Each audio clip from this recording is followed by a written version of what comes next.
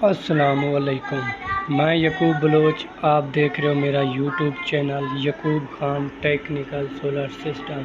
तो friends, VFD की setting कैसे होती है और कौन से पैरामीटर से होती है, तो मुकम्मल वीडियो में आपके सामने लाइव प्रूफ के साथ सेटिंग हम करेंगे। जिस भाई को वीएफडी की सेटिंग करना सीखनी है वो मेरी वीडियो गौर से देखें और मेरे यूट्यूब चैनल को सब्सक्राइब कर दे ताकि आने वाली वीडियो की नोटिफिकेशन उसे मिलती रहे। तो ये उन तमाम किसान दोस्तों के लिए मैं वीडियो बना रहा हूँ जो मेरी वीडियो देखकर वीएफडी की सेटिंग करना खुद सीख लें और अपने वीएफडी की सेटिंग घर बैठे खुद करें।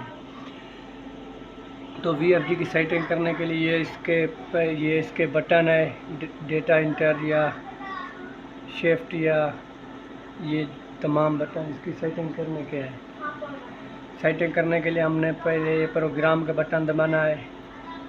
इस तरह का फेस आपके सामने आएगा। आपने सेटिंग करने के लिए P2 में जाना है। P2 में ये 3 फेज़ मोटर की सेटिंग है। 12 पर चलाना हो, आटा चक्की पर या किसी चीज़ पर, मशीनरी पर भी चलाना हो, ये 3 फेज़ की सेटिंग बता रहा हूँ आपको। 2 फेज़ वोल्ट की नहीं, 3 फेज़ वोल्ट की। 12 चलाना हो या आगे आटा चक्की या जो भी। तो P2 में जाकर डेटा इंटर करना है। ये डेटा इंटर का बटन है। तो फिर आपने जाना है P201 में, फिर करना है डेटा इंटर।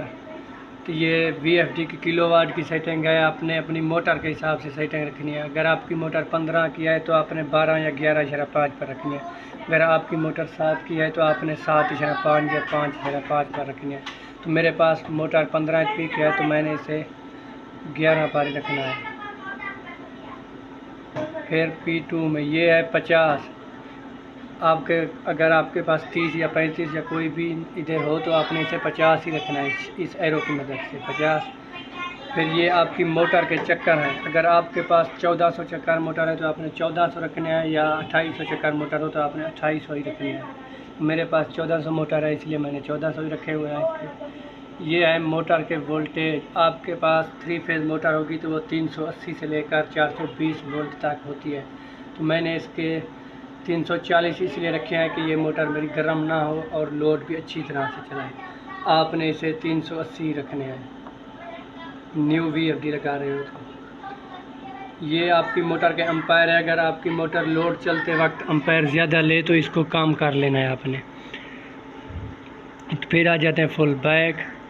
एक अहम सेटिंग पीबी में, ये पीबी है। पीबी में डेटा इंटर करना है। फिर आपने चले जाना है PB4 में। इधर 1 या 2 को आपने रहने देना है, अपने चले जाना है PB4 में। तो इधर आपने 80 या 85 सेट करना है। आपके न्यू VFD है तो आपने इसे 80 पर ही सेट करना है यहाँ पर। फिर शिफ्ट डेटा इंटर करना है। फिर PB5 आ गया, इधर 50 आपने रखना है। फिर डेटा इंटर करना है। फिर आ गया PB6, इधर 0 है। अगर आपकी VFD चलते चलते आपने बंद करनी है, अगर आपकी VFD बंद ना हो इस एक बटन से, तो फिर आपने इसे 0 कर देना है। फिर करना डेटा इंटर। ये 130 है, इसको आपने 150 रखना है, 130 से लेकर 150 तक।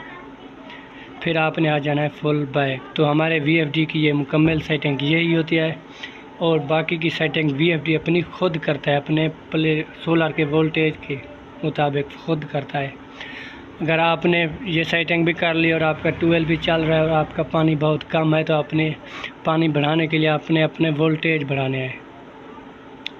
हमारे पास अभी वोल्टेज आ रहे हैं 760। अगर आपने वोल्टेज बढ़ाने हैं तो फिर आपने ये अहम सेटिंग है PE में जाना है आपने।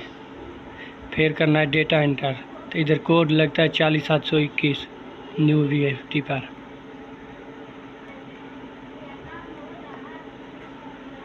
ये VFD की वोल्टेज बढ़ाने वाली सेटिंग है PE10 याद रहे, PE10 ये वोल्टेज बढ़ाने वाली सेटिंग है।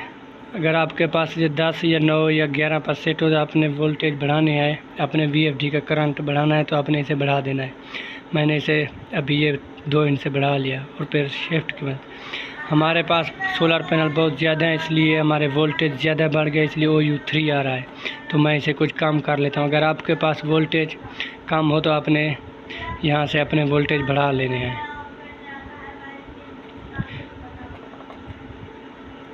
तो अभी VFD को, यह आपके सामने VFD चाल पड़ा है।